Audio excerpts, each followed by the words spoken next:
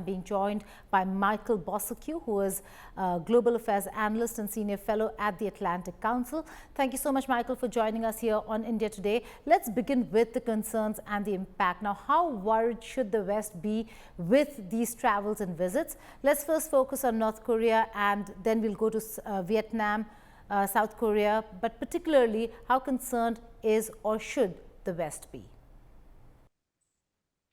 Well, I guess if you have very few friends, as Mr. Putin does, when you go to visit them, it's a big deal. So what we're seeing is indeed Russia facing increasing isolation on the world stage. But however, Mr. Putin is able to travel to certain countries, and one of them is North Korea, which it is a relationship that is very codependent because the North Koreans, as you know, are very reliant on Russian oil and gas and space technology, for instance. Well, the Russians, it's estimated in 2024, will be paying North Korea $1 billion for artillery shells and also millions for ballistic missiles, which, by the way, have come here onto Ukrainian soil. So, there is that strategic partnership, which is very vague in its wording, but it has understandably raised alarm bells in North Asia in particular. Well, I think the West has actually underestimated the threat that North Korea poses. It can be seemingly harmless things like sending balloons with toxic waste over to South Korea, but they also have rocket technology. They are developing technology for rockets that could, for example, in the future strike the U.S. West Coast. So these are, the North Korean leader and the Russian leader share one thing in common. They flout international law. They don't care about their own people, and they certainly don't care about their neighbors. So the big worry, of course, we find right now these days in Seoul and in Tokyo. And I think what's going to happen on the sidelines is the strategic alliance that's been building between South Korea and Japan will strengthen, and also those two countries' alliances with the United States, which I think, quite frankly, they've ignored for too long, the threat in the Pacific, and really need to ramp up their presence and activities there. Okay, continuing with the concerns, then, how concerned is South Korea? Because this could have major security implications for South Korea. How can they then be looking at this entire situation where the security implications are far too many, given that it's North Korea we're talking about? Yeah, very rattled. I mean, the North Korean leader has basically suspended any progress towards reunification, which is a concern to the South. He's also doing very provocative acts, and this destabilizes the South completely. I think, the North Korean leader is a bigger threat in the sense that he's very unpredictable. And as I said earlier, he has no respect for rules-based international order. So, this visit of Mr. Putin to North Korea was mind-boggling in a sense. We saw a lot of show and pageantry, but we darn well know that behind the scenes, people are starving, they're dying. So when you have a leader like that who doesn't even care about the well-being of their own people, prefers to spend it on luxury items and big shows of pageantry, that's a big concern.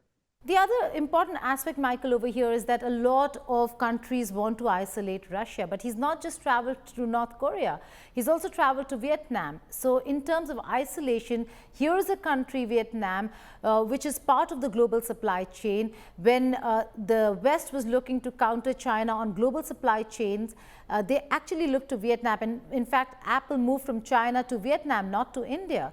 So while the world is looking at Vietnam as an alternative, you have the Russian president traveling not only to North Korea, but also to Vietnam. Well, look, the Vietnamese and the Russians, or Soviets in the day, have a strategic military alliance that lasted about 25 years. And the kind of pinnacle of that was Cam Ranh Bay, just north of Ho Chi Minh City. I've been there on the border of that bay when the Russians were there. It's quite the impressive installation. But having said that, I think the Vietnamese are very adept at exercising a kind of flexible diplomacy. They call it bamboo diplomacy, where they can bend either way depending what the situation is. But at the core of their policy is the four no's: no military alliances, no siding with one country against another, no foreign military bases, hence Cam Ranh Bay is now in Vietnamese hands, and no threats or use of force. So this has allowed Vietnam to play off their powers, the United States, China, Russia. But you mentioned the supply chain thing. Vietnam is also a very skilled labor force, relatively cheap operating base, and high quality. So I was just in Southeast Asia, and you can see all over the growing presence of Vietnam tourism, for instance. So they're operating very pragmatically. I don't think you're going to see a huge kind of escalation in the relationship with Russia, because at the same time, they also need to keep alliances with other big neighboring countries, for example, China, for example, India. Okay, let's talk about military alliances then. The agreement or the pact that has been signed between Russia and North Korea, quite a significant one over there. It is almost like a NATO alliance where one will come to the rescue of the other. In that, if something should happen for North Korea, what are the implications for South Korea? But more importantly, should there be an aggression from Ukraine, because that's an ongoing war, against Russia, then are we looking at North Korea stepping in as well? Well, I mean, the wording is quite vague. However, we cannot rule out the possibility that North Korean troops, who have known to be quite suicidal, quite frankly, could come to Russia and be deployed to fight on seized Ukrainian soil. This is now a real possibility.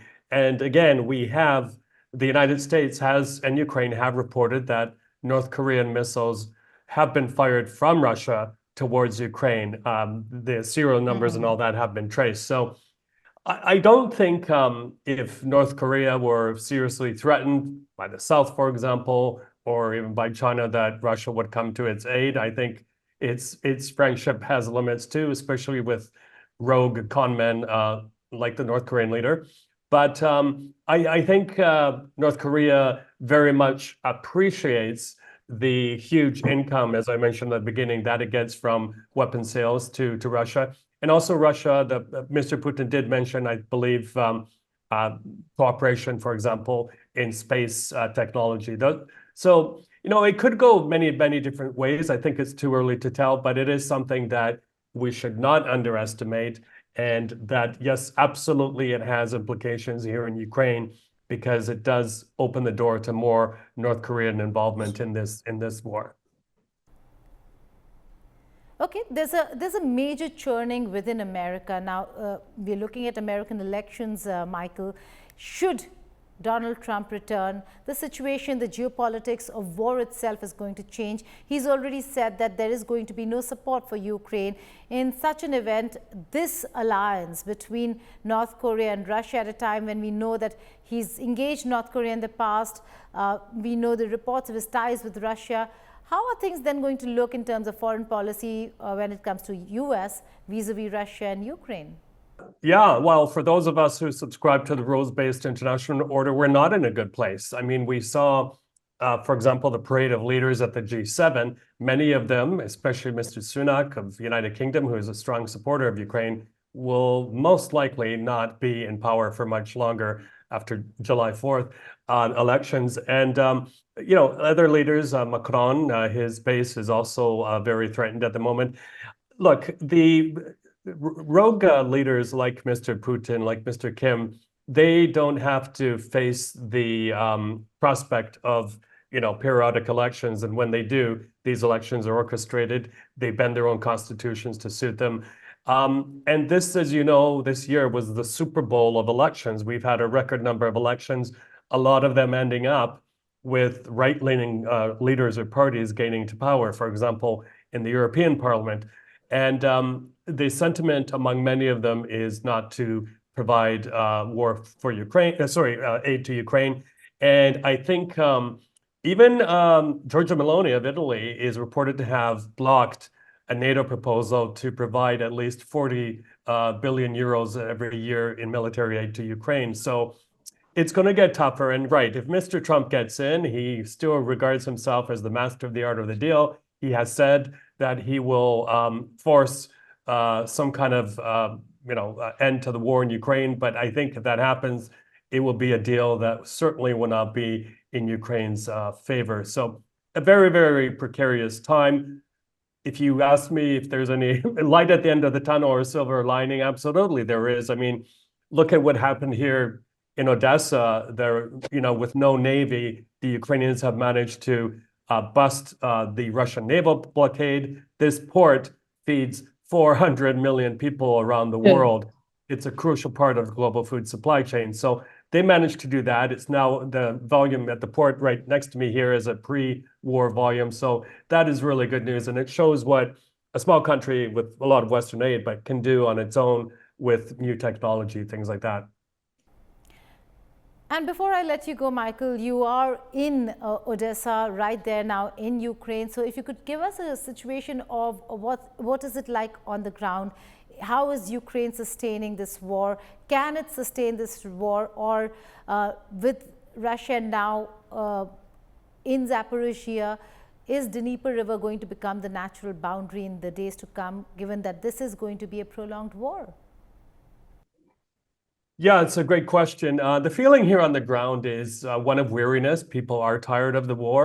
There's a very strong effort right now to get more men and women to the front line. A lot of Ukrainians do not want to go because they're afraid of what might happen to them. So that's a big challenge for the government. But then also what we're seeing on the ground here is a lot of companies cannot find enough workers anymore because so many have volunteered or been sent to the front line or left Ukraine for safer ground.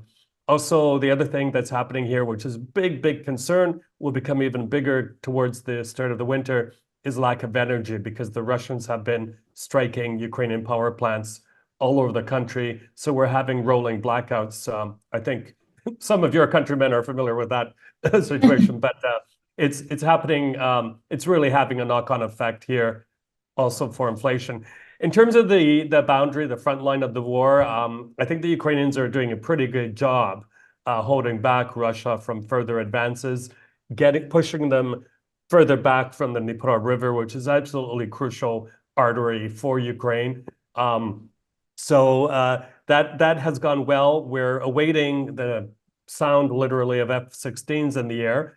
I believe some are already on the ground here, but there's been a delay with pilot training, and also the long-range rockets that Ukraine can now use to strike deeper inside Russia. I think this has been a deterrent effect.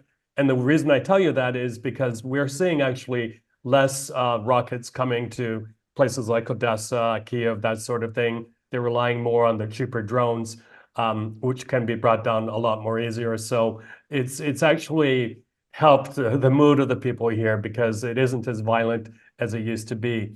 So let's hope it stays that way. Let's hope the Ukrainians are successful in pushing the Russians further back, because one big point I have to end with is that at the end of the day, if Mr. Putin is not stopped, he will go further into Europe.